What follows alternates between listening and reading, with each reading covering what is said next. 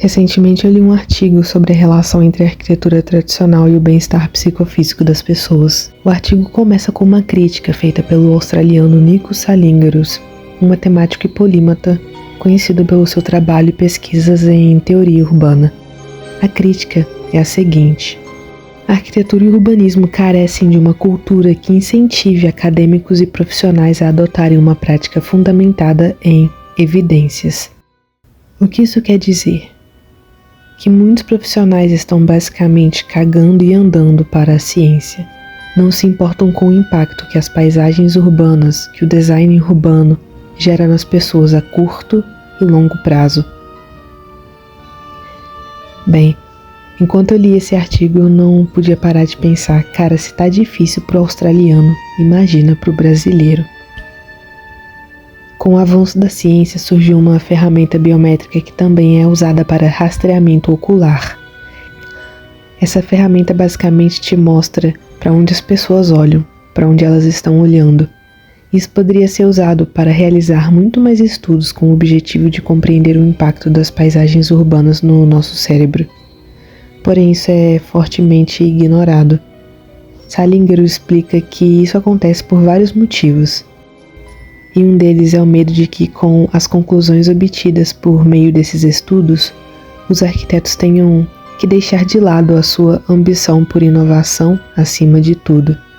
Deixar de lado a sua chance de aparecer na capa da revista da sua cidade.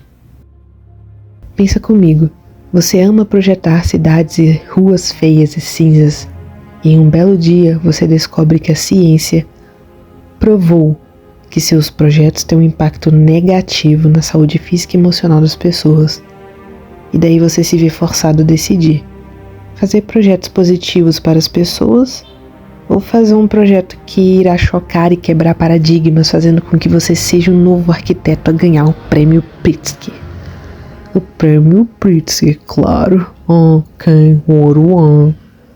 Basicamente o que vemos é uma elite de arquitetos e urbanistas que, ao invés de integrarem de forma harmoniosa os projetos com métodos científicos, eles preferem selecionar apenas projetos que se ajustem às suas preferências pessoais de estilo, sem se preocupar com o impacto que isso gera na vida das pessoas.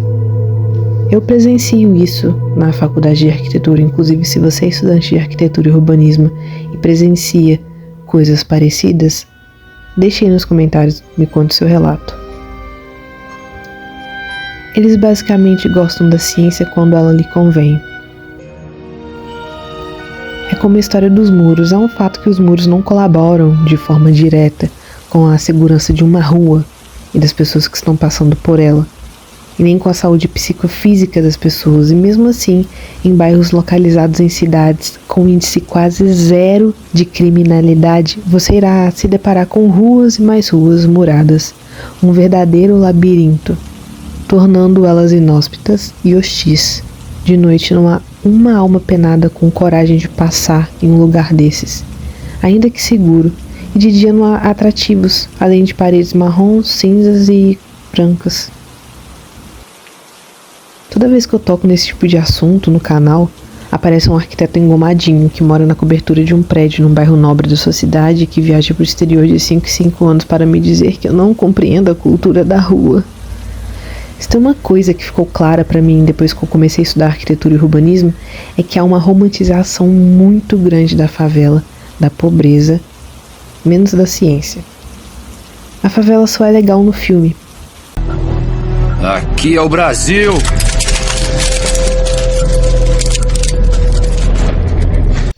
Ou no clipe da música que estourou no Spotify. Na vida real, ela não é um lugar que deveria ser romantizado. Não é difícil encontrar pessoas que, após se mudarem de bairros desestruturados para bairros melhores, tiveram sua saúde física e mental melhoradas. Eu já vivi essa experiência 2 vezes. A arquiteta Anne Sussman e o professor de planejamento urbano Justin Hollander conduziram alguns estudos científicos que comprovaram que o ser humano tem uma tendência a evitar fixar o olhar em estruturas de estilo mais moderno. O cérebro humano tem uma atração natural por certos padrões. Sim, existem exceções e contextos que devem ser levados em consideração. E esses padrões são aqueles encontrados na arquitetura tradicional e vernacular: simetria, ornamentação, proporções, dimensões, conexões com a história local, etc., que são padrões encontrados ao longo da história em diversas culturas. O matemático Salingerus explica que isso tem a ver com soluções evolutivas que foram mantidas ao longo do tempo pensando no conforto das pessoas, tanto fisiológico quanto psicológico. O engenheiro civil Chuck Maron, em seus estudos, nos mostra que a arquitetura tradicional não foi um estilo que surgiu do nada para impactar ou chocar ou ser digno de capa de uma revista. Não é só sobre a estética ou só sobre sua funcionalidade. São técnicas que evoluíram ao longo de milênios de mãos dadas com a humanidade para atender e respeitar as necessidades consciente e inconsciente das pessoas. Quando alguém te disser que arquitetos tradicionais só se preocupam com estética, manda esse vídeo para ele.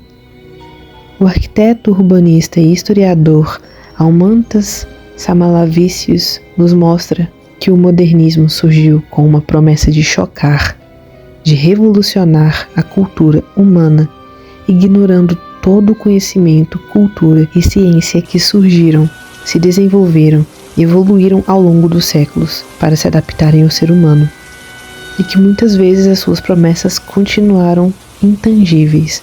Primeiro, que ao desprezarem soluções inovadoras e complexas para o ambiente construído, ele resultou em uma homogeneização do espaço urbano global, ignorando culturas, tradições, climas, zonas climáticas e o impacto de tudo isso a longo e curto prazo no ser humano e no meio ambiente.